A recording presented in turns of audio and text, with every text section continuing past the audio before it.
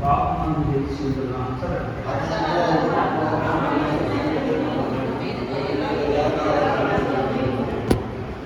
క్రీస్తు యేసులోకి బాప్తిసం పొందిన మనందరము ఆయన మరణంలోకి బాప్తిసం పొందిన మీరే కదా.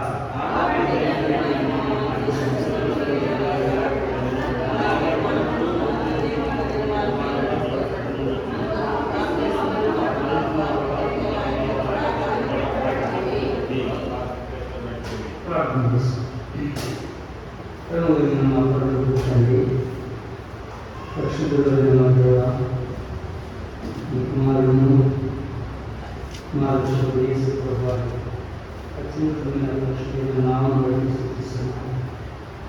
సాయంకాలం తండ్రి మీ సన్నిధికి రావడానికి పిల్లల్ని పాటిస్తున్న మీ దైవ సభను మీరు రక్షించి మీ సంఘాన్ని సమకూరుస్తూ ఇలా వాళ్ళు తల్లి పరిచర్య గురికలు ఇలా కలిసి వచ్చిన మీ ఇంట్లో మీ వాక్యంలో ఆశలు మీ సన్నిధిని ఆశించి ప్రభావం మీ మగదర్శనం చేస్తున్నట్టు భూమి మీద మీ రూపంలోకి మేము మార్చబడుతూ మీ కోరికలకు మార్చబడుతూ మీ వాక్యం యొక్క సత్యములు మీ వాక్యం యొక్క వెలుగులు మీ వాక్యం యొక్క జీవములు మేము నడుచుకున్నట్టు మాకు బోధిస్తూ మాకు నేర్పిస్తున్న ఈ భూమి మీద ప్రతి సమయాన్ని బట్టి స్తోత్రం చెల్లిస్తున్నాను. దేవుడు తండ్రి బిడ్డలు రక్షించుకున్న లోకం నుండి సంఘంగా సమకూరుస్తున్నారు. దేవుడు తన స్వరత్వం ఇచ్చి సంపాదించిన సంఘమని అపోస్తలుడు తండ్రి మరి అపోస్తల కార్యం 28 చెప్పినట్టుగా మీరు అర్థం ఇచ్చి కొన్నారు మమ్మల్ని మా తల్లి వాక్యంతో మనకు కన్నారు. అందుకు మీకు ఎంతో ఉన్నారు. మా తల్లి భూమి మీద మమ్మల్ని విడిచిపెట్టారు. దాసు దైవంలో సింగాల ద్వారా ఈ గొప్ప వెలుగుని మాకు వచ్చినారు. సంఘ సహవాసం అపోస్తల బోధనలు సహవాసము రొట్టెలు ప్రార్థన చేయడం ఎడతేకుండా ఆయన వాక్యాలు పట్టిస్తారు. ఇలా తండ్రి ఆయా కోరికల ద్వారా మేము ఆత్మీయంగా ఇది చివరి దినాలు మమ్మల్ని బలపరచబడుతూ మీ వాక్యం యొక్క వెలుగు మీ వాక్యం యొక్క వెంట మాకు కలుగు ద్వారా మేము లేవబడుతూ హెచ్చరించబడుతూ బలపరచబడుతూ మాకు వచ్చే అవకాశం బట్టి వందలు సమర్పిస్తాం. ఆత్మదేవాన్ని సహాయం చేసేయండి. దాసు గారిని బలపరచండి. మీ వ్యక్తిని ఇక్కడ శుద్ధీకరించండి. పరిస్థితులు అందించండి. మీ ఆత్మక్షేపం అనుగ్రహించండి. ఈ వాక్యం తెలిసేయాలనుకోండి. ఈ బాబే తెలిసిన మా అందరికీ ఆత్మ క్షమాపణ కలిగించండి. తిరుపతి మాతో మాట్లాడండి. స్తోత్రం సమర్పించండి. యేసు క్రీస్తు వారి పరిశుద్ధమైన నామము స్తుతించి ప్రార్థించి వేడుకుంటున్నాము తండ్రి. కనుక రాయబడిన మాటలు పౌరులు మీకు రాస్తున్న మాటలు దేవుని కృపల గురించి మాట్లాడుతున్నాడు. మొదటి 2 వచనాలు ఏముంది? అలాగైనట. కనుక అలాగైనట అనే మాట తండ్రి అలాగైనా ఏమన్నా ఉపసరించుకున్న పాపమందు నిలిచి ఉన్నా కనుక పాపం అనేది దేవుడు వాక్యం అనేది చాలా సులువైన పద్ధతి. యోహాను పత్రిక 3వ అధ్యాయం యోహాను రాసిన 3వ పత్రిక 3వ అధ్యాయము మరి దేవుని కృపను మన జీవితాల్లో రక్షించబడి పాపం తీసుకొని ప్రభుని మరి వెంబడించేటువంటి మన జీవితాల్లో దేవుని వాక్యం జ్ఞాపకం చేసే సత్యాలు ఏంటంటే ప్రభుత్వం జాగ్రత్త చేశారు. కనుక జ్ఞాపకం చేసుకోవాలి. యోహాను రాసిన 1వ పత్రిక 3వ అధ్యాయంలో ఒక మాట మనకు జ్ఞాపకం చేయబడింది. దయచేసి నాకు వచ్చిన పాపం చే ప్రతివాడును పాపము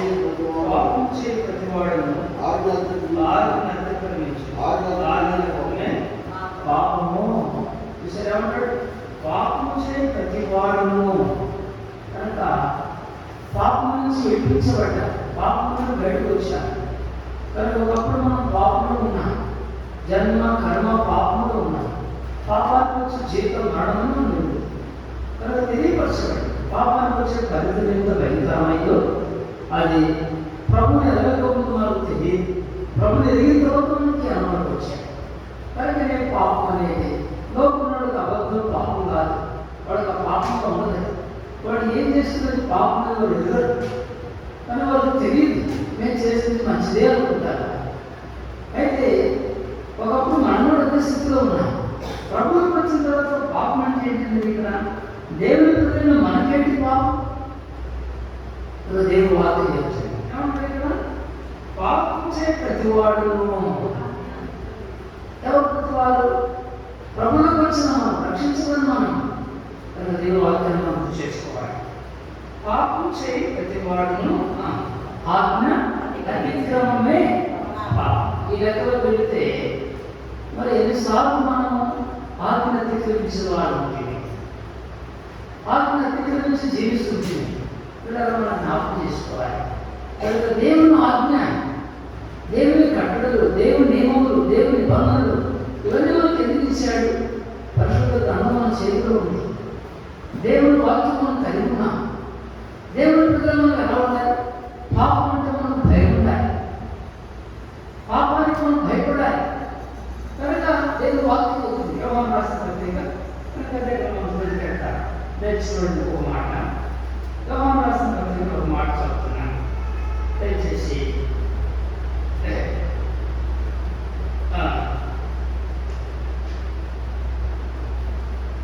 యోహాను రాసిన పత్రిక ఇక్కడ ఒక మాట మనం జ్ఞాపకం చేయండి. 5వ అధ్యాయం, 1 యోహాను 5వ అధ్యాయం 18, 19 కలిసి చదువుకుంటున్నాడు. కలిసి చదువు. దేవుని వలన పుట్టినవాడు ఎవరిని పాపం చేయడని ఎరుగు. దేవుని వలన పుట్టినవాడు ఎవరిని తాను భద్రం చేసుకుని కనుక దుష్టుడు అని ఉంటాడు. మనం దేవుని సంబంధమని లోకముకి దుష్టుని సంబంధమని ఎరుగు. ఏమంటాడు? 18 చెప్తున్నాడు, దేవుని వలన పుట్టినవాడు ఎవడును పాపం చేయడని ఎరుగును.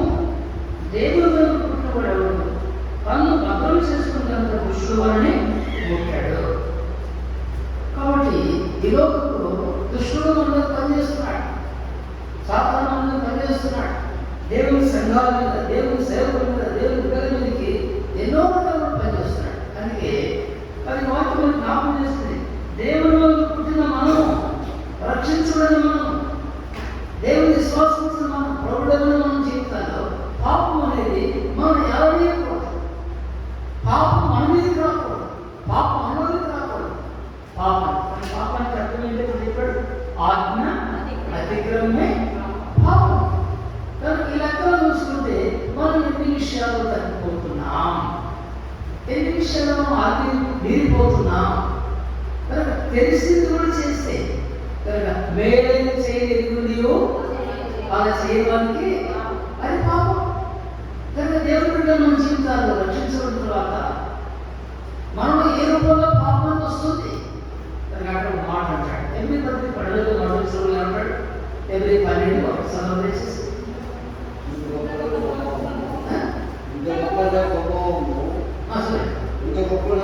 ఎంత గొప్ప సాక్ష్యము మేము ఆలోచన మనం కూడా సులువుగా చిక్కులు పెట్టు పాపను విడిచిపెట్టి మనం కూడా పాపను విడిచిపెట్టాలి. అది ఏ రూపమైన పాపం, అది ఏ విధానం పాపం? కరెక్ట్ కదా? నోటి ద్వారా పాపం, చూపు ద్వారా పాపం, వినికిడి ద్వారా పాపం, మాట ద్వారా పాపం. ఈ పాపం అనేది మనం ఏం చేస్తుంది? ఏడుబడి చేస్తుంది, మనం ఏడుతుంది. పాపాన్ని కింద ఉంటే ఏడుబడి కింద ఉన్నాడు, పాపం మన కింద ఉంటే మనం పాపాన్ని చేయిస్తున్నాం అన్నాడు. వాక్యం వెలుగులో ఉన్నామని, వాక్యం సత్యంలో ఉన్నామని. కాబట్టి అది మనం గ్రహించడానికి ఒక జ్ఞాపకం చేస్తున్నాడు సాయంత్రం. కరెక్ట్ ఇక్కడ ఏమంటాడు? 2వ వచనంలో అట్లా కాదు, మన పాపం విషయమై కృప విస్తరించని పాపము నిలిచి ఉండుమా. అలాగే ఏమన్నా కృప అనేది ప్రభువులో వచ్చినాడు. కనుక ఈ కృప మన ప్రభు యేసు క్రీస్తు వారి కృప మనకి ఇవ్వండి. కృప ద్వారా మనం రక్షించబడ్డాము. రక్షించబడిన మనందరికీ ఉపయోగపడుతుంది. దేవుని కృప ఎల్లప్పుడూ మనకు అందుబాటు. ఆ కృపను మనం అందించేవారు ఉంటున్నాం. కృప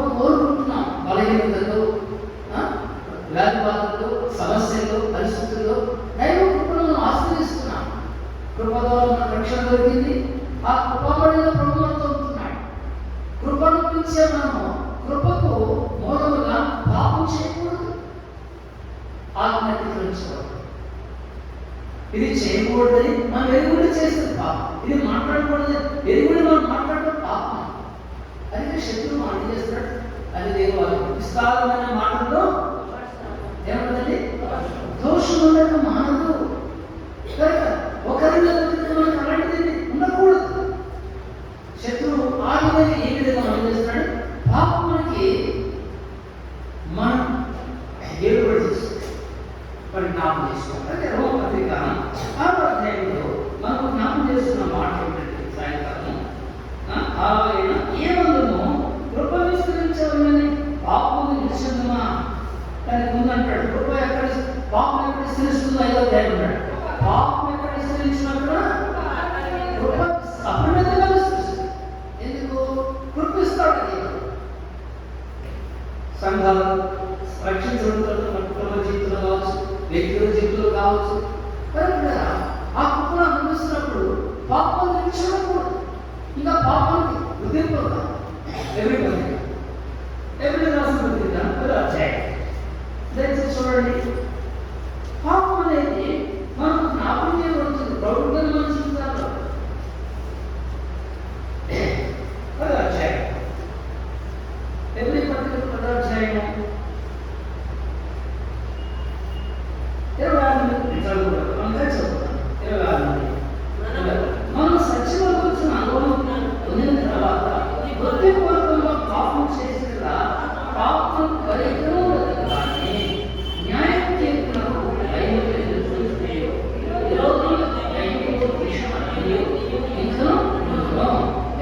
చిన్న మాట గమనించారు. హృదయపూర్వకంగా పాపము చేసేలా ఏమి చేస్తేనంత ఇది నాకు దోషం, ఇది నా మీదకి వస్తుంది, నాకు ఎవరి మీదకి వస్తుంది, నాకు ఇతర మీదకి ఉంటుంది. ఆకారం ఒకటి పాపం చేశాడు. ఏం చేశాడు? ఆత్మ అతిక్రమించాడు. ఆకారం పాపంలో యెహోషువ టైంలో ఆ యెహోషువ టైం ఎలాంటిదంటే అది ఎలాంటి జయించుకుంటే వెళ్ళే రాజును జయించే, ప్రజలు జయించే, జయించేటువంటి ఆ వాతావరణంలో ఎరుకో దగ్గరికి వచ్చారు. ఎరుకలో చెప్పాడు యెహోషువ, ఏం చెప్పాడు? శాపగ్రస్తమైన ఏది ముట్టుకోవద్దు, ఏది ముట్టుకోవద్దు చెప్పాడు. చెప్పిన తర్వాత అందరూ విన్నారు. అందరూ విన్న తర్వాత ఏం జరిగింది? ఎవరు? యూదా గోత్రం ఉన్నటువంటి వాడు. యూదా అంటే దేవుడు స్తుతించే గోత్రం, అది ముందుండే గోత్రం. అది ఆ గోత్రం పరమేశ్వరుడు రావాలి. ఆ గోత్రం ఏం చేశాడు? పాపం చేయడానికి యెహోషువ ఒక మాట జ్ఞాపకం చేసుకున్నాడు. చూడండి, యెహోషువ గ్రంథము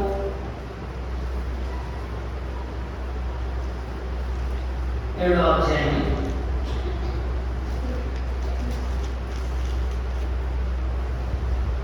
ఇక్కడ ఒక మాట అంటాడు యెహోషువ.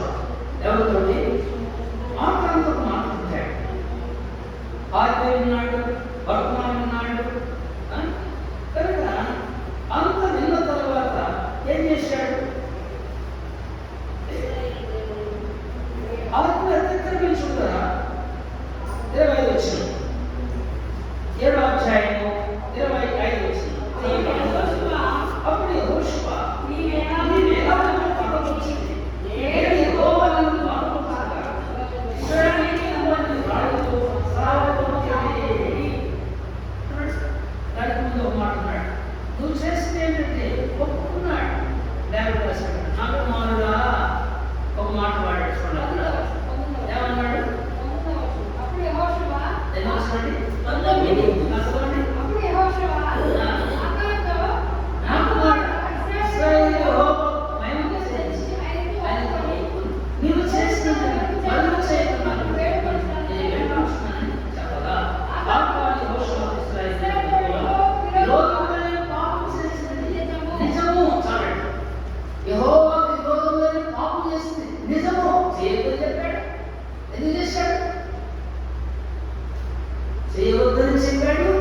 విన్నాడు, ఆజ్ఞ అతిక్రమించాడు.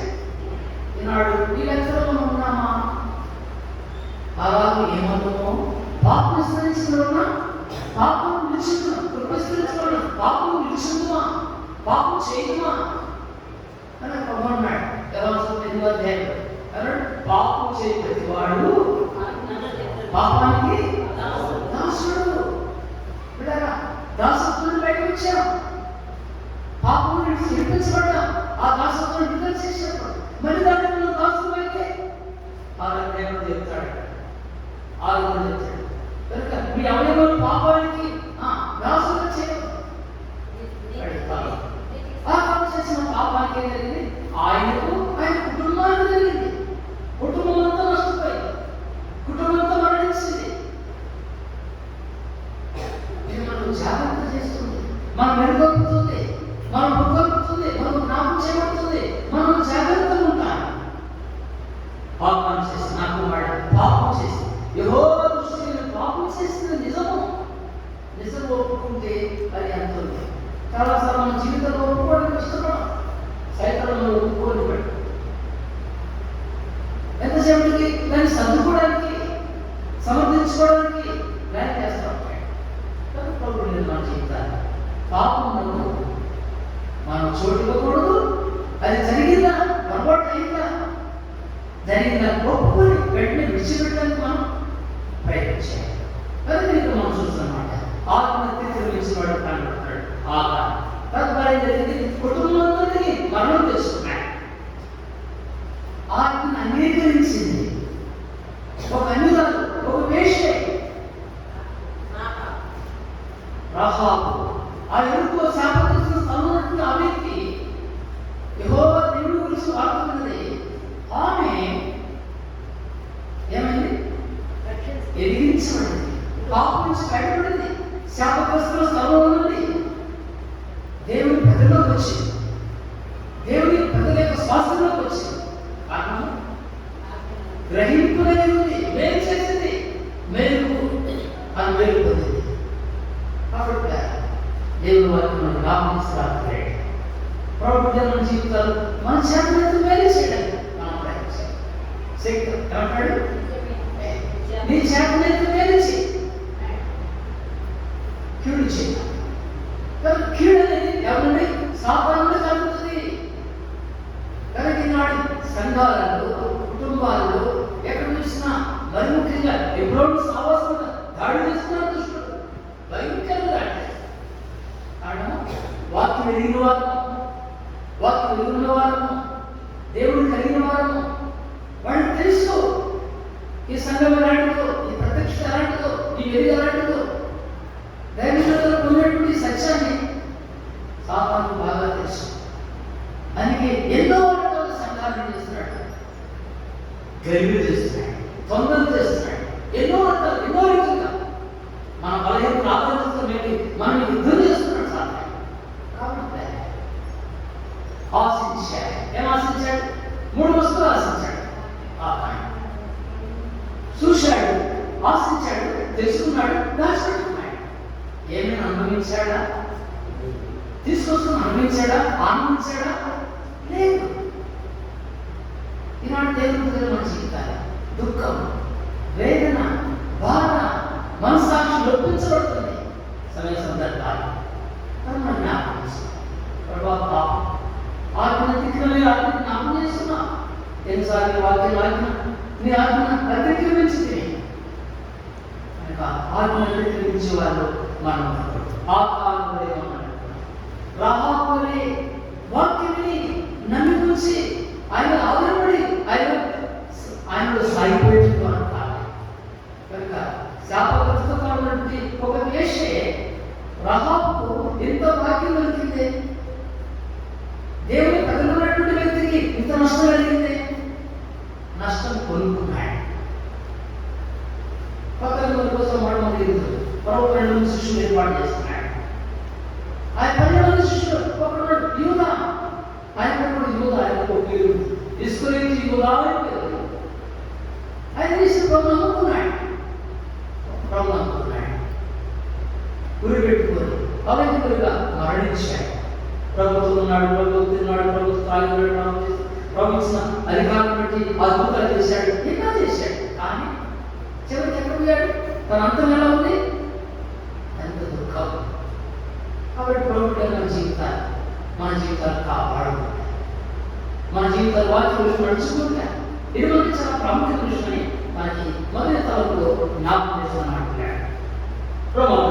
దయచేసి చూడండి 6వ అధ్యాయం వెళ్తాం. 6వ అధ్యాయంలో మరొక మాట మనం చదువుతున్నాం. అక్కడ ఏముంది? అక్కడ రోమపత్రిక 6వ అధ్యాయం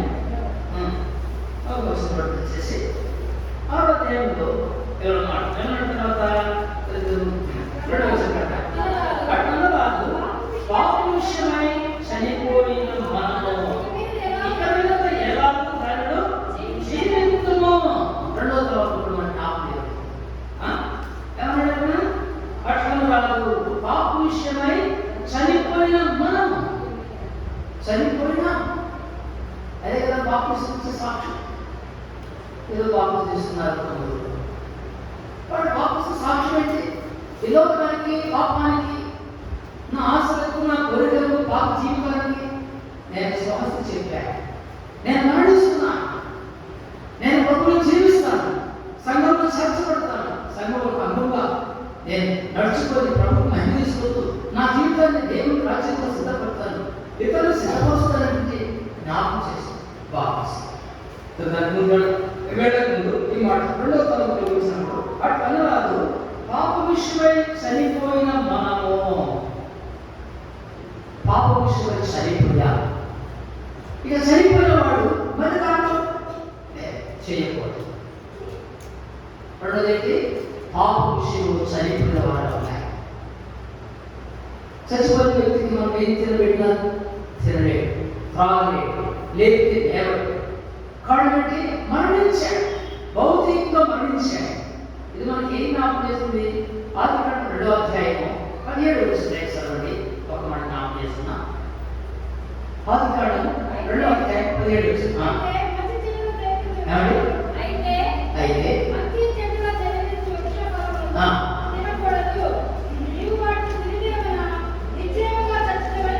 నిశ్చయము చచ్చినవు, చనిపోతా. అదమ్మా ఆదాము ప్రభు చెప్తున్నాడు. దేవుడైన ప్రభు చెప్పినటువంటి తిరుదినములను మరణిస్తా. కాబట్టి మరణం అక్కడ ఆరంభమైంది. ఏదైనా తోటలో ఆ మరణం మానవుడు ఏర్పడి చేస్తుంది. ఆ మరణిస్తున్నాడు మానవుడు, మరణించిన అధికారం పెడుతున్నాడు మానవుడు. దేవుని ప్రణాళిక, దేవుని పాటు, దేవుని సంకల్పం.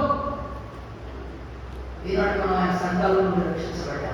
ఇది దేవుని గొప్ప మాట్లాడి ముందు తెలిపారు. ప్రభు ఎరగబడి చనిపోయిన కనుపెట్టి ఆయన రక్షించబడిన బుద్ధిపూర్వకంగా మనం పాపం చేయకూడదు. రెండవ తరగతి విషయంలో అక్కడ మనం జ్ఞాపకం చేసిన మాట ఏమన్నాడు? పాపం విషయమే మనం ఏమయ్యాము? చనిపోయిన వారు ఉన్నాయి. ఆదాము చనిపోయినట్టుగా ప్రభులోకి వచ్చిన మనం, రక్షించడం మనం పాపానికి నేను చనిపోయాను.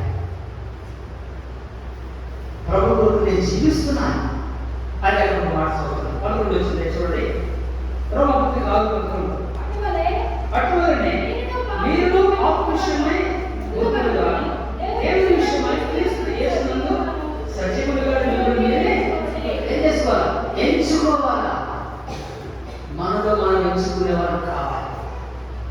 ఎలా ఎంచుకోవాలి? సజీవులము. మన సజీవులుగా చేశాడు, జీవం పోసాడు నాకు, ఆయన జీవించాడు. కట్టాలి ఆ విషయమేమో చనిపోయిన వారు 2వ తరగతిలో మనం జ్ఞాపకం చేస్తున్నాం. కాబట్టి పాప విషయమై చనిపోయిన మనము ఇక ఎలాగో దానిలో నిలిచి ఉన్నాము. నిలిచి ఉండకూడదు, అక్కడ నిలబడకూడదు. నిలిచి ఉండడం అనేది ఏం చూపిస్తుంది? కనుక పాపంలో నిలవకూడదు, పాపంలో ఉండకూడదు. దాన్ని తప్పు చేసినాడు. వాక్యం దగ్గరికి వచ్చి దేవుడు దాసులు ఆయన వాక్యం ఇచ్చినాడు. దేవుడు ఇచ్చిన వర్తమానం చెప్పాడు. నా వెంటనే వెళ్ళాడు, ఒప్పుకున్నాడు. ఎవరైనా రాజు అందుకే 50 కీర్తనలు బట్టమైన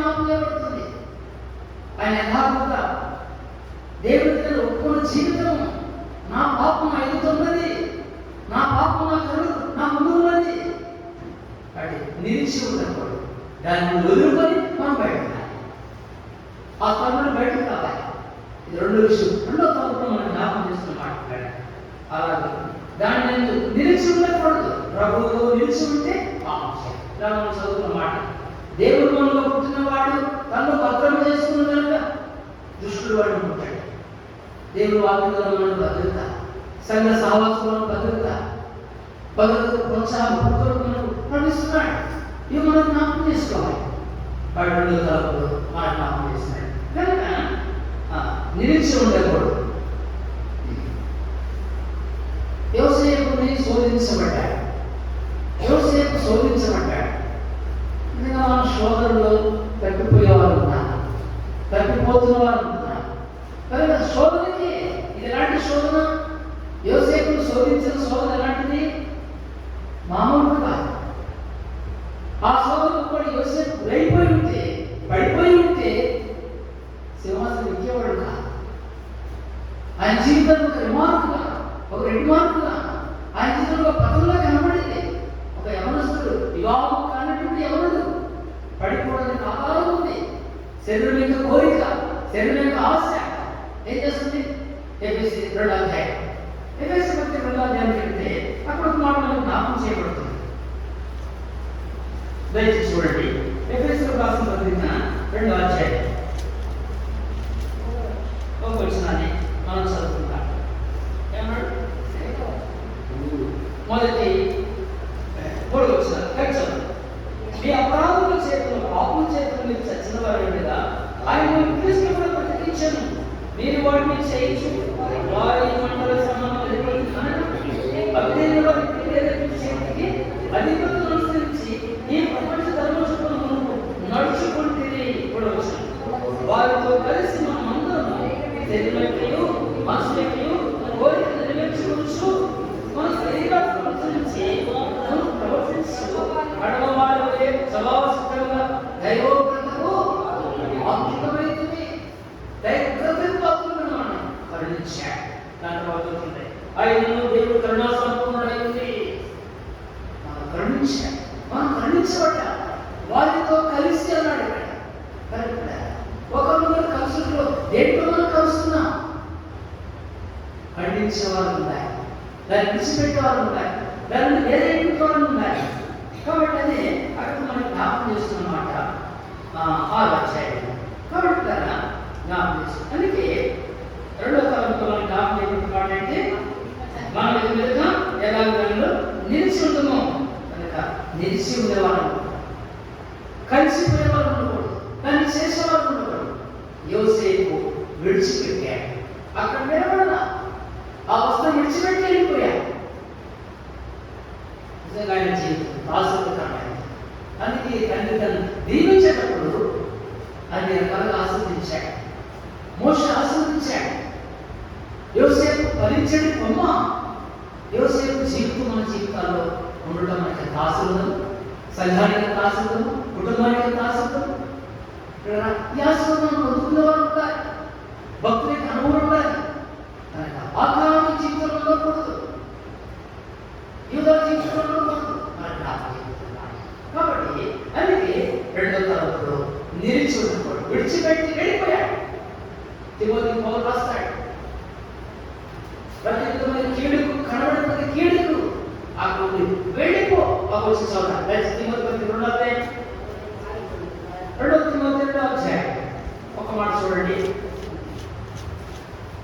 యవనస్తుడైనటువంటి తిమోతి పౌలు గారు ఈ మాట రాస్తున్నప్పుడు ఏం చెప్తున్నాడు?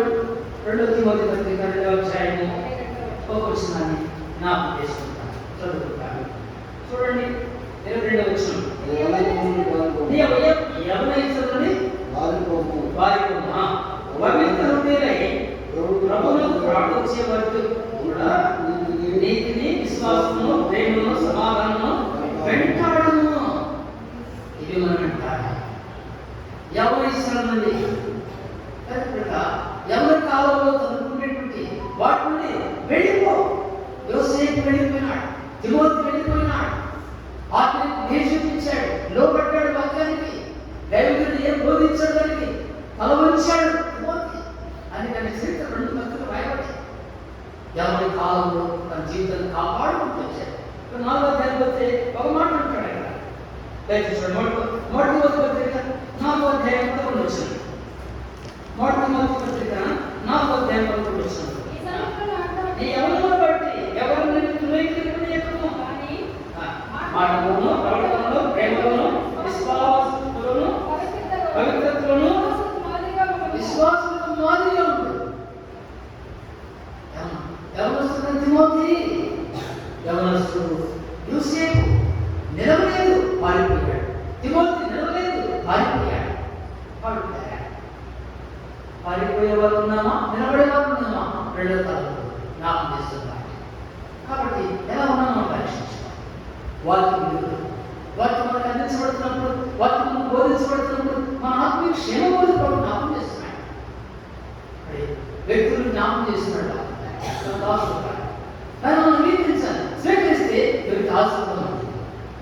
ప్రభు మాట్లాడుతున్నాను. నా జీవితంలో ఇలాంటి పరిస్థితులు నిలబడకుండా నాకు సాయం చేయి, మాట్లాడకుండా సహాయం చేయి, చూడకుండా సహాయం చేయి, వినకుండా సహాయం చేయి. ఇది మన జీవితం. 2వ తరగతిలో జ్ఞాపకం చేస్తున్నాడు. 3వ తరగతి శ్రమపత్రిక 6వ అధ్యాయం. శ్రమపత్రిక 6వ అధ్యాయం 3వ వచనం. క్రీస్తు యేసులోనికి బాప్తిసం పొందిన మనమందరము ఆయన మరణంలోనికి బాప్తిసం పొందుతామని మీరు ఎరుగరా? 3వ తరగతి ఏంటి? క్రీస్తు యేసులోనికి ఏం పొందాం? బాప్తిసము. బాప్తిసం అంటే ఏంటి? ముంచుట. గ్రీకు పదం నుండి తెలుగులో కూడా ఉంది. ముంచుట అనగా నీడలో ముంచుట. మన బాప్తిసం ఏం చూపిస్తుంది? మరణాన్ని చూపిస్తుంది. దేని మరణం? నేను చనిపోయాను,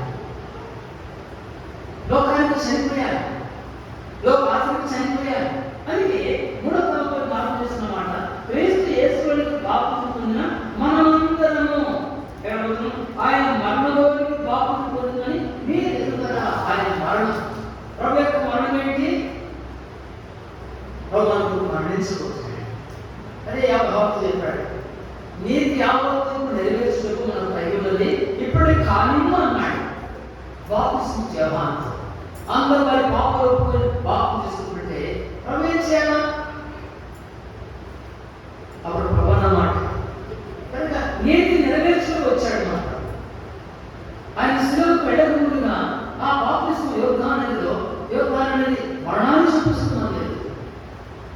యోగ్దానికి అనుభవం ఏంటి? మరణము. ఇలా లోకానికి నేను చనిపోయాను, నా ఆస్తులు చనిపోయాను. లోకం అంటే ఏంటి? లోకం 3 విధాలు.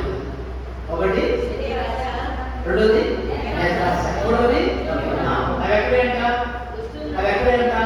ఎలా వచ్చిందంట? ఎలా వచ్చింది? 2వ వాటి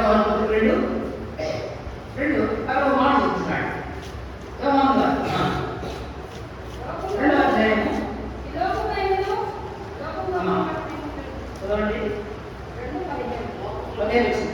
ఏ లోకమైనను లోకం వాటిని ప్రేమింపకూడదు.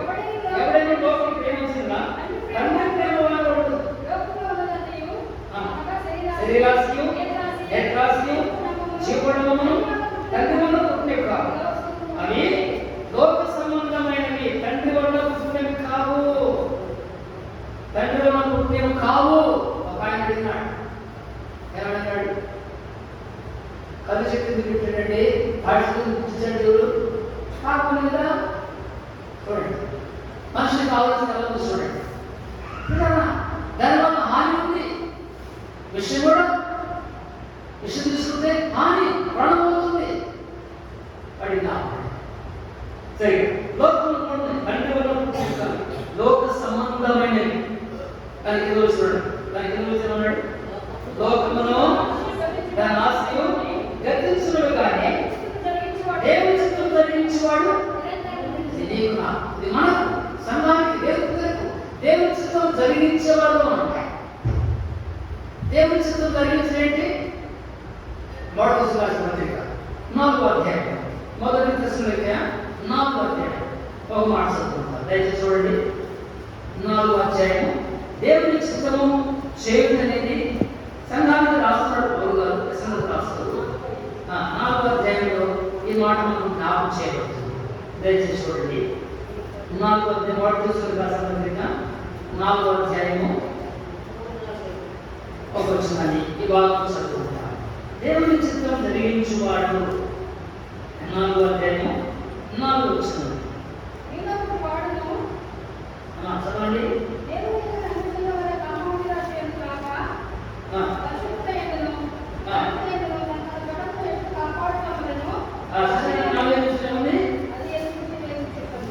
తన్ను ఈ ఘటన ఎటు కాపాడుకోవాలను అది ఎదుగుంటే దేవుని చిత్తము. దేవుని ప్రజలను మన జీవితాల్లో మన ఘటాన్ని కాపాడుకునే మన ఆత్మను దేవాలు కాపాడుకున్న వాక్యము పరిశుద్ధాత్మ దేవుడు సంఘము సాహసం ఇవన్నీ మనకి ఇచ్చారు. కాపాడుకునే వాళ్ళు అనుకుంటారని జ్ఞాపకం చేస్తున్నాడు. 2-3 ఎక్కడప్పుడు దయచేసి కాబట్టి మనం జ్ఞాపకం చేస్తున్నాం. బాప్తిజం మనం కాపాడుకోవడానికి దేవుని వాక్యమే మనం కాపాడాలి. దేవుని వాక్యం మనం నడిపి వాటిని కూడా మనం జ్ఞాపకం చేసుకోవాలి. అది ఈ లోకములను లోకం వాడిని మనం ప్రేమించకూడదు. దేవుడిని ప్రేమించే వాళ్ళు ఉండాలి. దేవుని వాక్యాన్ని ప్రేమించే వాళ్ళు ఉండాలి. దేవుడిని ప్రేమించే వాళ్ళు ఉండాలి. దేవుడిని ప్రేమించే వాళ్ళు జీవితాలు కాపాడబడతారు. ఈ లోకం రక్షించబడతారు. దేవుడు మనం తప్పిస్తాయి. 90 వచ్చింది అవుతున్నాడు. కీర్తన 90 సంబంధించిన మాట దాని విషయం ఒక మాట 91 అతను నన్ను ప్రేమించినాడు కనుక నేను అతను తప్పిస్తాను. తప్పించే సందర్భాలు ఎన్నో ఉన్నాయి బైబిల్. దేవుడు మన జీవితంలో తప్పించబడదు కదా. దేవుడి మరణం తప్పించి వర్షము చెడులో మనం తప్పించబడము. దేవుడు మనం తప్పించాలి. మనం తప్పించుకోలేము. మన వల్ల కాదు. ఇలా వాడు జ్ఞాపకం చేసుకోండి. వాడు 3వ తలంపు మనం జ్ఞాపకం చేసుకున్నాడు. దాని చెవులు మాట్లాడతారు. 4వ తలంపు అంటారు. చూడండి మాట తర్వాత 2 వచ్చుకున్నా కాబట్టి తండ్రి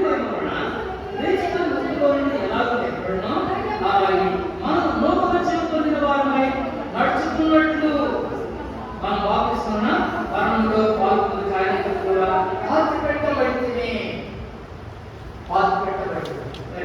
4వ తలంపులో మాట 4వ వచనం తండ్రి మహిమ వలన క్రీస్తు మృతుడు ఎలాగో ఏర్పడినో అలాగే మనం నూతన జీవం పొందిన వారమే నడుచుకున్నట్లు నూతన జీవము పొందిన వారమే. ఆ జీవంలో వచ్చింది. నూతన జీవం పొందిన అనుభవంలో ఉంటాయి. నూతన ఎప్పటికప్పుడు మనం నూతన పరచబడి జీవితంలో ఉంటాయి. నూతన అనేది నూతన హృదయం కనుక నూతన హృదయం మనకి ఇచ్చాడు. నూతన అక్కడ నూతన హృదయము నూతన స్వభావం మీకు కలుగు చేస్తాను. ఎప్పుడు ఆయన తట్టు తిరిగినాడు. వాడు పాతి పెట్టబడిన అనుభవం జ్ఞాపకం చేస్తున్నాడు. 4వ తలంపులో ఏమన్నాడు? నూతన వెలుగు నూతన జీవం పొందిన వారిని. ఈ జీవం ఏం చూపిస్తుంది? ప్రభువు జీవం. అదే నిత్య జీవం. దానికి ఏదైతే మాట్లాడినా నూతన జీవము అన్నాడు. ఈ నూతన జీవం అనేది నూతనత్వాన్ని చూపిస్తుంది. వెలిగించబడిన జీవితాన్ని చూపిస్తుంది. సంఘంలో చేర్చబడిన జీవితాన్ని చూపిస్తుంది. నూతనంగా జన్మించిన ఒక శిష్యుడు చూపిస్తుంది. కొత్తగా జన్మించిన శిష్యుడు వాడు 3వ విషయం కాబట్టి చూస్తే సరే నూతన వేడి అని 2వ 5 వచ్చాయి. 17 విషయంలో ఒక మాట చదువుతాను. చూడండి ప్రాణం చేసుకున్నాను. 2 5:17 చదవండి. కాగా ఎవడైనా వాడు నూతన సృష్టి పాతని గతించాను. నూతన సృష్టి నూతన జీవంలోకి వచ్చాము. నూతన సృష్టి అయ్యా. ఒకప్పుడు ఆ సృష్టి మనం కానీ పాపంలో ఉన్నాం. దేవుడు దూరం ఉన్నాం. దేవుడు ఎన్నోరం ఉన్నాం. ఇప్పుడు పొందిన తర్వాత నూతన సృష్టిలోకి వచ్చాం. నూతన అనుభవం వచ్చాం. కానీ అక్కడ నూతన జీవమును ప్రసాదించాడు. నూతన జీవంలో పరివారమయ్యా. నూతన సృష్టి 4వ తలంపులో నూతన సృష్టిగా చేయబడిన మనము ఇంకా మళ్ళీ పాత వారికి పెట్టకూడదు, పాత వాటికి మనం పెట్టకూడదు, పాత మనుషుల్లో కనబడకూడదు. అది ఏ సందర్భం కానీ ఏ పరిస్థితి కావచ్చు, లోకాచారాలు, లోక సంబంధం, అది ఏదైనా కావచ్చు. వాక్యం నెరవేర్చే అనుభవం ఉన్నామంటే నూతన సృష్టిలో ఉంటున్నాం, నూతన అనుభవం ఉంటున్నామని జ్ఞాపకం చేయబడింది. కనుక రెండో విషయం ఎనిమిది అధ్యాయం ఇంకేమంటాడు ఇక్కడ, నూతన అనుభవాన్ని జ్ఞాపకం చేయబడుతుంది. నూతన జీవం పొందిన అనుభవం. ఎనిమిది పత్రిక దయచేసి 10వ అధ్యాయంలో ఒక మాట జ్ఞాపకం చేసుకుంటాం. చూడండి, ఎనిమిది పత్రిక 10వ అధ్యాయము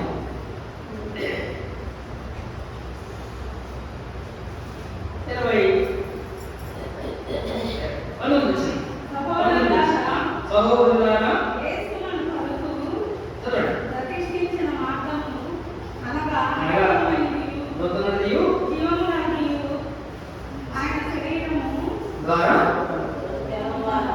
పరిశుద్ధంలో ప్రవేశించకు మనకు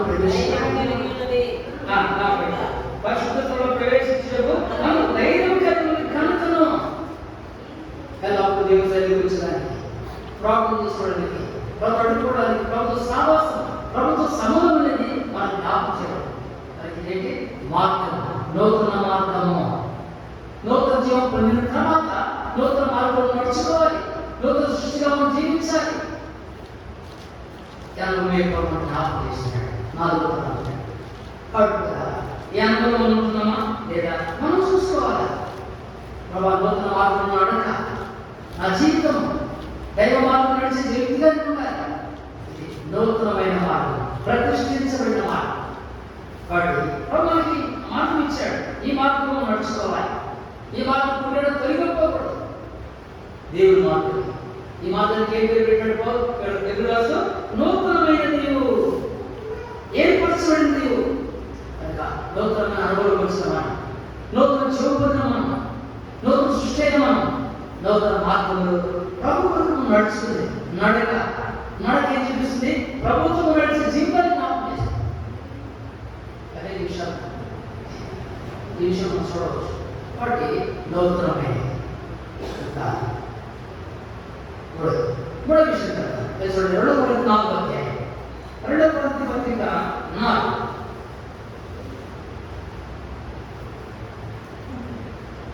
2 కొరింథీ పత్రిక 4వ అధ్యాయము 1వ వచనాన్ని జ్ఞాపకం చేసుకుంటాం. చూడండి, 16వ వచనం చదవండి.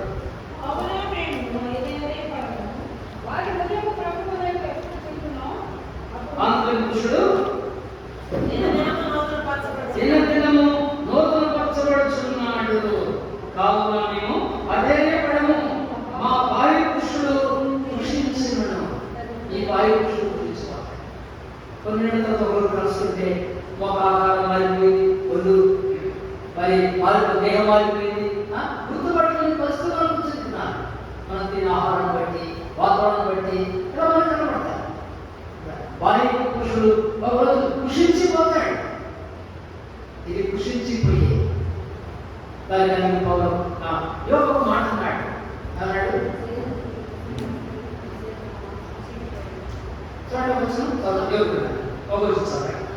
యోగ గ్రంథము ఒక మాట జ్ఞాపకం చేసుకున్నాను. దయచేసి యోగ గ్రంథం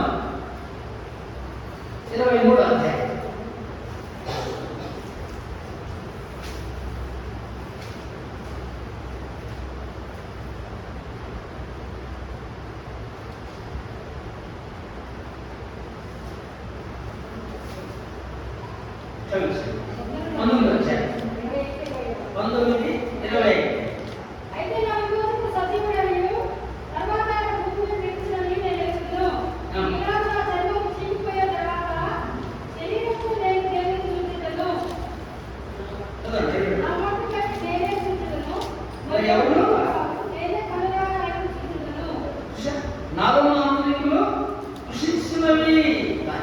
శరీరం కానీ బాహ్య పురుషుడు, భౌతిక దేహము, ఈ పురుషుడు కృషించడానికి ఎన్నో రకాలు ఉన్నాయి. అది యోగుడు నిరీక్షణ ఏం చూపిస్తుంది? నా మటుకు నేను చూచను, నాకు మోసుకు సజీవుడు, నేను ఆయన చూస్తాను. ఈ భౌతిక పురుషుడు కృషించకుండా ఆంతరిక పురుషుడు నిరీక్షణ జీవితాన్ని చూపిస్తుంది. ప్రభువుకి ఆధారపడి జీవించే జీవితాన్ని చూపిస్తుంది. కాబట్టి అక్కడ ఏం చెప్తున్నాడు? 4వ తరంలో ఆంతరిక పురుషుడికి నూతన జీవాన్ని, నూతన వెలుగు, నూతన నడక, నూతన సృష్టిగా, నూతన పురుషత్వంలో ఉన్నాడు.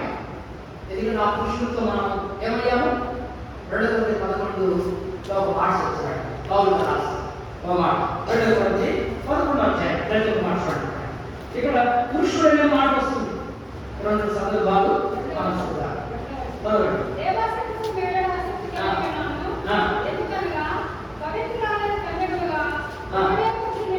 ఒకే పురుషునికి మిమ్మల్ని దానం చేస్తుంది. ఆయన మన ప్రభు ఆంతరంగంలో ఆత్మీయ జీవితము, ఆంతరంగంలో ప్రభుత్వ సంబంధ జీవితము, ఆంతరంగం అనేది కనబడే వస్తువు, కనబడే అవయాలు ఉన్నాయి. అలాగే దావీదు నా ఆంతరంగ సమస్తమా ఆయన పరిశుద్ధ నామమును సన్నతించు.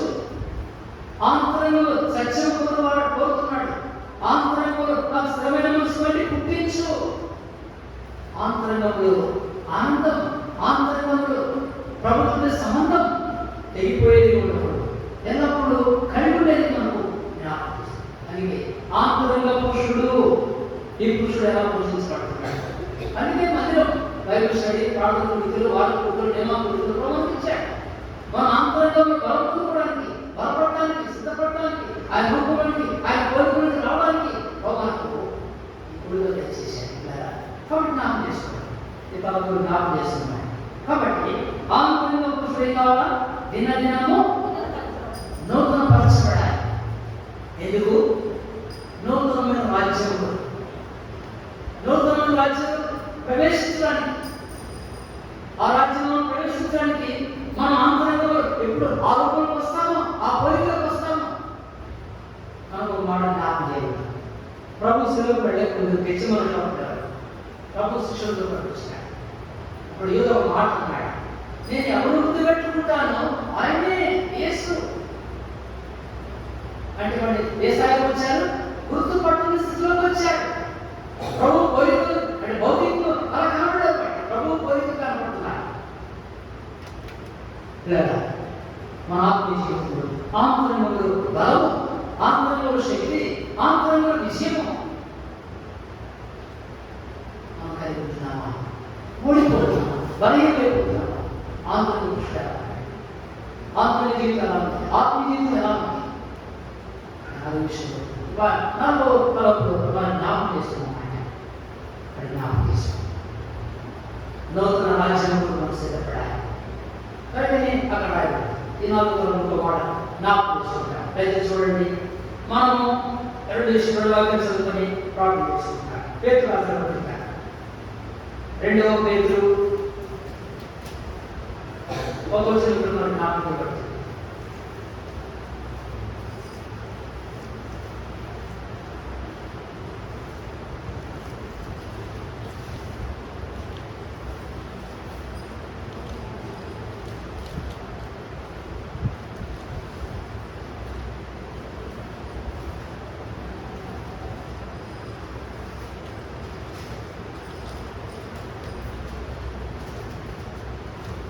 రెండవ పేతురు 3వ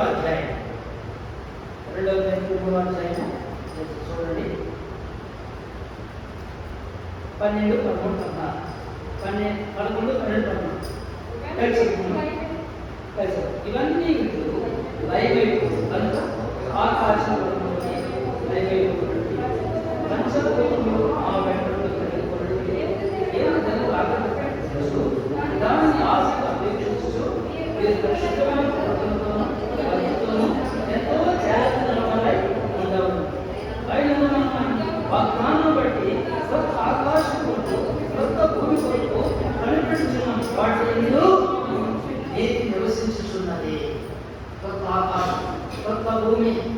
తన ప్రజలు, తన సంఘానికి, విజయవంతంగా జీవించే వారికి ఆంతరంలో బలము కలిగి, ఆంతరంలో శక్తి కలిగి, ఆంతరంలో వెలుగును నూతనపరచబడుతూ ప్రభు కోరికలోకి తీసుకొని రాబడి అనుభవం కలిగిన వారికి సిద్ధపరచాలి. అందుకే ప్రకటన 20 అధ్యాయంలో ఆ మాట చెప్తాడు. ఒక మాట చూడండి చూడండి. ప్రకటన 20 అధ్యాయంలో ఈ మాట మనం జ్ఞాపకం చేయబడుతుంది. దయచేసి చూడండి. ప్రకటన గ్రంథము 24:5.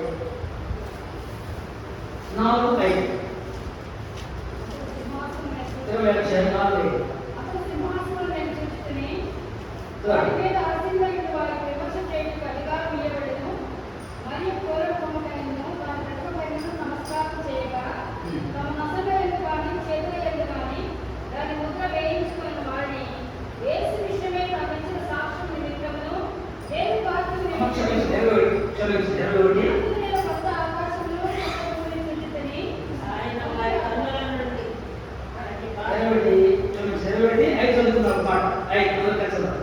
అప్పుడు సింహాసనుడైన ఇదిగో సమస్తమును నూతనమైనదిగా చేయుచున్నాను చెప్పాను. మరియు ఈ మాట నమ్మకమును నిజమైనది కనుక రాయమని ఆయన మాకు చెప్తున్నాడు. సమస్తమును నూతనమైనదిగా చేయవచ్చున్నాడు. నూతనమైన రాజ్యం కొరకు మనం సిద్ధపడాలి. ప్రతి అనుభవాలు మనం అనుభవాలు కావాలి. ప్రభు రాత్రి నూతనమైన జీవం పొందిన మనం కనుక నూతన సృష్టి అయిన మనం ఎందుకంటే మూడవది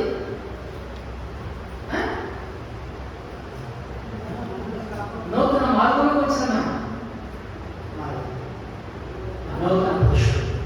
ఈ అనుభవంలో ఉన్న జీవితాలు ఈ భూమి మీద ఉన్నంత కాలం దినదిన మనం నూతన పరచబడుతుంది. సహవాసం, కుటుంబ జీవితంలో, సంఘ జీవితంలో రాజ్యం మనం సిద్ధపడుతుంది. మనకు సహాయం చేయాలి. ప్రార్థిస్తాం.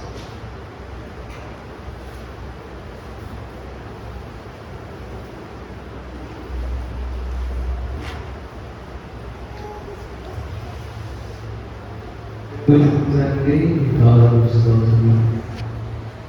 ఇదివరకు రాసు వాక్యాన్ని